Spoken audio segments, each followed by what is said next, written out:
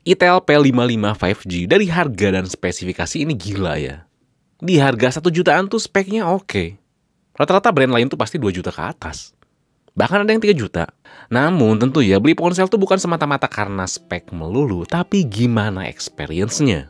Dan setelah saya coba, si ponsel itu bisa ngasih sesuatu yang di luar ekspektasi saya. Namun saya bisa katakan sih Itel P55 5G itu gak cocok ya buat kalian dengan 4 kategori atau 4 kebutuhan ini. Oke, di sini Fadil langsung aja kita review.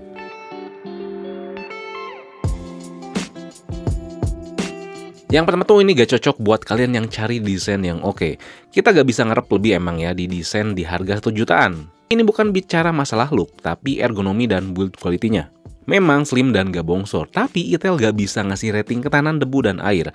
Karena di harganya ini udah ada ya, yang bisa ngasih rating IP52, walaupun bisa dikatakan slot SIM-nya ini tuh punya pelindung karet, biar gak mudah kemasukan air dan debu, tetap jangan sengaja dimasukin ke air atau dibawa hujan-hujanan. Si pinggiran bump kameranya pun gampang banget gores ya. Saya saranin sih kalian beli casing yang emang bisa nutupin semua lensa atau si bump kameranya ya. Lalu kesan getarannya juga yang dikasih tuh gak banget. Kita gak bisa atur kekuatan getarannya gimana. Jadi saya kepaksa matiin feedback getarnya. Karena ya lagi-lagi di harganya ini masih ada yang lebih baik ya getarannya. Masih ada yang lebih mendingan. Nah kalau tampangnya emang subjektif banget. Dan saya cukup suka kok dengan desain si Itel P55 ini. Khususnya di warna biru yang saya pegang. Birunya tuh unik di harganya. Dikasih aksen garis-garis vertikal juga yang bikin permukaannya nggak terlalu licin dan cukup oke dilihatnya. Overall masalah looknya itu bisa ngasih kesan yang cukup tegas di harga 1 jutaan. Serba flatnya juga bisa ngasih kesan desain kekinian. Namun yang saya bingung di bagian belakangnya, kenapa lebih besar tulisan power dibandingkan tulisan Itelnya? Apakah artinya Itel tuh gak pede ya dengan namanya sendiri sehingga dikecilin gitu? Lalu yang harus diapresiasi kita masih dikasih jack 3,5 mm dan slot micro SD yang terpisah dari dual SIM-nya. Dan yang di luar dugaan juga ada sensor sidik jari yang lumayan oke ya. Di harganya tuh cepet pembacaannya termasuk si face unlock-nya cepet juga. Nah yang kedua tuh ini gak cocok ya buat penggila resolusi dan OLED ya di sektor layarnya. Yap, buat kalian yang harus dan wajib banget ya nyari ponsel sejutaan harus Full HD plus resolusinya atau juga punya panel yang OLED, ini bukan pilihan. Di sini cuman IPS dan HD plus aja. Ada bonus refresh rate 90Hz juga ya. Awalnya saya skeptis khususnya di urusan warnanya, tapi ternyata oke sih di harganya ini. Memang saya gak bisa pastiin berapa sRGB-nya ya atau keakuratan warnanya, karena dimanapun termasuk di situs Itelnya gak dicantumin. Tapi di harganya ini, walaupun IPS saya bisa bilang warnanya tuh oke banget sih. Enak dilihat, punchy. Jadi nolong banget resolusinya yang sebatas HD plus doang. Termasuk refresh rate 90Hz-nya juga bisa bantu lebih nyaman ya urusan animasinya tuh lebih smooth. Yang saya suka juga di animasi ini, si speed-nya bisa diatur dengan mudah. Mau cepet atau biasa aja. Settingan itu biasanya ngumpet ya di ponsel lain tuh. Ada di bagian opsi pengembang. Buat dipakai ngetik keseharian juga nyaman. Ini saya nulis skrip review ponsel ini pakai si Itel P55 ya, asalkan getarannya ya dimatiin, karena kalau nyala tuh ya gak banget. Buat pemanis si poninya ini dikasih dynamic bar yang bisa ngasih animasi yang cukup halus gitu ya, buat ngasih info ngecas, lowbat, telepon, ataupun pas lagi unlock layar pakai muka. Dipakai scrolling keseharian, buat sosmed, baca berita, dan hal lainnya tuh udah oke sih. Dipakai nonton pun oke juga ya, walaupun resolusinya HD+. Kecuali kalau misalkan dipakai ngegame. Nanti di poin lain saya bahas ya gimana masalah sensitivitas layarnya pas dipakai game tuh gimana. Dan terakhir sayangnya layarnya ini gak didukung dengan kualitas speaker yang baik. Bukan masalah mono ya, tapi output suaranya yang dikeluarkan tuh memang kurang enak aja sih. Oke. Nah yang ketiga juga ini ponsel gak cocok buat yang nyari kamera oke di harga 1 jutaan. Yap, kalau kalian tuh lagi cari kamera yang bagus di harga 1 jutaan itu bukan pilihan yang tepat. Kecuali kalau kalian tuh cari kamera yang bisa rekam video kamera depan dan belakang resolusi 2K. Oke, emang jarang banget sih si kamera ponsel di harga segini tuh bisa resolusi segini. Saya rasa belum ada ya, setahu saya ya, yang harga sejutaan dan bisa ambil di atas resolusi 1080p kalau misalkan kamera depan. Oke, dan warnanya emang agak pucat sih sekilas. Dan kalau di kestabilannya standar. Oke, jadi kalau misalkan kalian udah bosen sama resolusi 1080p, ponsel ini bisa dijadiin opsi gitu. Kalau misalkan suka vlogging pakai kamera depan, karena udah 2K. Sisanya untuk masalah kualitas detail, warna, kontras, dynamic range, dan aspek lainnya biasa aja di harganya. Apalagi ini gak punya kamera ultrawide. Tapi nggak jelek banget atau gak layak ya, masih oke kok. Hanya aja kualitasnya tuh kurang gigit. Yang harus diapresiasi selain bisa ngambil resolusi 2K ya di videonya adalah performa kameranya yang seamless sih untuk kelasnya. Buat pindah ke fitur ini dan ke fitur itu tuh gesit. Terakhir di sektor kamera, buat kalian yang suka upload Instagram story, kalem aja bisa hasilin resolusi video maksimal 1080p. Termasuk kalau upload IG Reels juga bisa ngupload di kualitas maksimal.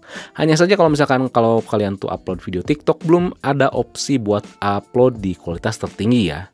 Dan terakhir kalau misalkan kalian pengen Zoom meeting, ini tuh nggak bisa virtual background. Nah kalau kalian pengen lihat hasil gimana kalau udah diupload di Instagram, kalian bisa langsung aja ya ke Instagram kami. Udah ditaruh di highlight. Lalu keempat tuh ini gak cocok buat kalian yang pengen sebuah ponsel yang punya update software yang jelas dan jaminannya oke. Iya, Itel tuh sampai saat ini gak bisa ngasih gimana ya masalah si treatment update Android-nya. Gak kayak kompetitornya di harga 1 jutaan tuh udah ada yang berani ngasih update 2 kali dan security patch 3 tahun. Namun sebenarnya kalau misalkan kalian tuh udah dicoba secara langsung ya, dengan apa yang diberikan dan ada di ponsel ini tuh bisa bertahan 3 tahun lebih sih, dengan mengesampingkan update Android ya. Kita bicara masalah hardware dulu ya. Di sini fiturnya nggak ada NFC, tapi Wi-Fi-nya udah bisa connect ke frekuensi 5 GHz. Masih ada loh ya ponsel yang nggak bisa connect ke Wi-Fi tipe ini. Lalu ada juga FM radio yang udah mulai dihilangin di ponsel lain. Lalu si ponselnya juga ini bisa dipakai ngecas buat ponsel lain ya. Dan tentunya ada fitur modem 5G yang bakal bikin future proof banget. Nah, softwarenya ini berbasis Android 13 dengan balutan Itel OS yang sebenarnya basisnya tuh ya dari XOS dari Infinix. Ada buat nyembunyiin dan kunci aplikasi. Lalu ada fitur keamanan alarm yang ponsel tuh bakal bunyi tiba-tiba ketika casan dicabut atau headset dicabut.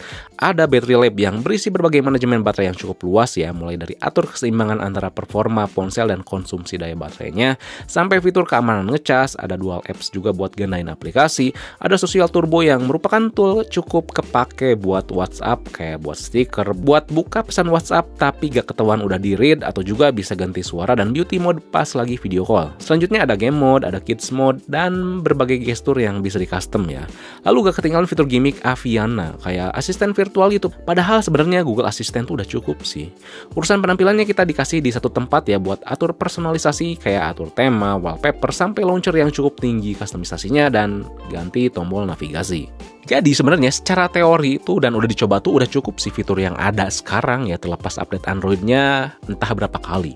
Dan juga sebenarnya saya yakin sih orang-orang kalau misalkan pakai ponsel apalagi di harga 1 jutaan, pakai fiturnya tuh gak akan melimpah dan butuh banget banyak gitu. Saya yakin yang dia pakai tuh ya terbatas gitu. Paling ya WhatsApp atau misalkan dual apps, kunci aplikasi gak akan dipakai ke harus semua ada gitu. Saya yakin. So terakhir, jadi si Itel P55 5G ini tuh cocok buat siapa sih? Ponsel ini tuh sesuai namanya, cocok buat kalian yang cari performa tinggi dengan budget yang terbatas. Tapi apakah performanya tinggi doang dan experience-nya kurang? Kita bahas sekarang. Ya, ini tuh sesuai yang terukir di bagian bodi belakangnya ya. Ponsel ini tuh cocok buat kalian yang depanin dan butuh performa tinggi di harga 1 jutaan. Yang secara teori, performanya tuh ini sedikit lebih baik dibandingkan MediaTek Helio G99 yang dimana saat ini tuh merupakan chipset MediaTek dengan modem 4G terbaik. Simpelnya si MediaTek Dimensity 6080 tuh adalah si G99 tapi yang punya modem 5G. Yang secara penggunaan realnya memang benar-benar oke sih. Bisa dikatakan ini salah satu ponsel terbaik di harga 1 jutaan di sudut pandang performa. Karena dipakai keseharian sampai kerjaan intens tuh memumpuni. Multitasking banyak aplikasi juga oke ya karena RAM-nya 6 GB. Jadi buat kalian seorang admin atau pelajar atau siapapun yang suka berkegiatan buka ini itu di sebuah ponsel tapi dengan budget minim, ini tuh bisa jadiin pilihan. Itel OS di dalamnya bisa ngeksekusi kemampuan hardware cukup baik. Walaupun secara tampilan UI-nya secara subjektif ya masih kelihatan kaku, juga experience UI-nya pun masih kerasa kaku juga. Katakanlah satu contohnya, walaupun banyak fitur, launcher bawaannya tuh gak bisa menghapus secara batch atau langsung ya aplikasi yang ada di home screen. Lalu ada beberapa aplikasi yang kurang optimal, kayak aplikasi Tokopedia Seller waktu pertama kali tuh lama banget sih dibukanya, dan Netflix loadingnya cukup lama padahal kedua aplikasi itu tuh udah diupdate paling baru. Jadi emang ada penyesuaian yang harus agak lama atau loading gitu karena masalah si Itel OS-nya belum optimal. Namun gak di semua aplikasi kayak gitu ya, cuman beberapa aja, itu pun gak sering. Yang dimana sebenarnya ya, kayak software gak optimal tuh wajar di sebuah ponsel yang emang ngejar performa tinggi tapi harganya murah. Pasti masalah software tuh harus nunggu update beberapa kali dulu baru enakan. Karena budgetnya terbatas dan nunggu juga feedback si user tuh kayak gimana. Dan sekali lagi saya tekankan, bukan berarti deal breaker atau softwarenya buluk, gak gitu ya. Bukan berarti banyak bugs atau gimana. Cuman ada beberapa hal minor yang agak ganggu. Oke? Lalu urusan game ini cukup menyenangkan ya. Dipakai main Genshin Impact, saya paksa settingan high, bisa tembus. Iya, pasti ada sesekali frame drop dan suhu kerasa naik. Tapi cukup enjoy di settingan ini dan pakai 25 menit tuh tetap asik.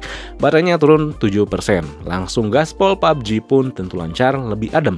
Cuman sayangnya settingan masih mentok di Smooth Ultra dan turun baterai 5% ya, main PUBG 25 menit. Yang kalian harus terima di sini tuh gironya tuh virtual ya, bukan hardware. Lalu yang membatasi pengalaman performanya bukan di masalah suhu atau baterainya sih yang saya rasa, tapi adalah sensitivitas layar ya. Kayak yang dibahas sebelumnya. Ya emang saya bilang di penggunaan keseharian tuh aman. Namun kalau urusan gaming, standar kayak ponsel 1 jutaan lainnya. Jadi walaupun performanya di atas rata-rata ponsel sejutaan, untuk layarnya tuh masih sama aja. Dan sekali lagi hal wajar mengingat harganya tuh udah terjangkau. Lalu overall penggunaan baterainya tuh baik ya. Awet dengan pemakaian intens ke sedang. Kayak main game, buka Instagram, TikTok, multitasking, sesekali pakai wifi dan pindah mobile data. Dengan konsumsi baterai 57% bisa ngasih screen on time 4 jam 15 menit. Asik sih. Dan kalau ngecasnya dengan kecepatan 18 watt bisa ngisi 10% ke 98% dalam waktu 1 jam 43 menit. So sekali lagi, si Itel P55 5G itu cocok banget buat kalian yang cari performa tinggi di harga sejutaan. Experience yang diberikannya lumayan menyenangkan dan performanya tuh bisa dikatakan bagus ya, bukan ngomong doang.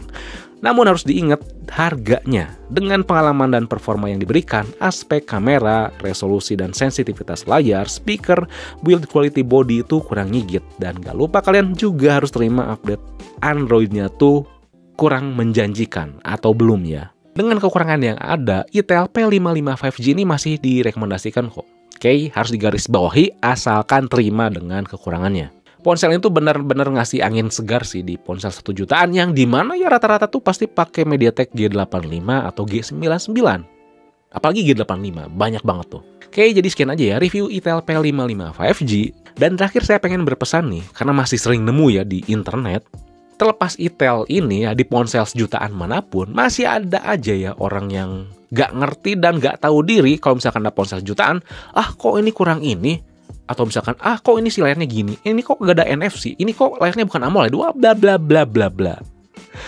Aduh, bos, inget harga gitu ya. Kalau misalkan kalian tuh banyak protes ya nabung dan kerja biar gak protes dan bisa beli ponsel 5 juta ke atas. Oke? Kadang saya masih pengen nonjok sih kayak baca komen kayak gitu ya. Oke, kalau misalkan kalian masih ada yang bingung atau pengen ditanyain, kalian tinggal tulis komen di bawah. Dan jangan lupa juga buat like, share, subscribe, lalu nyalain lonceng notifikasinya biar gak ketinggalan video berikutnya. Oke, di sini Fadil, peace out.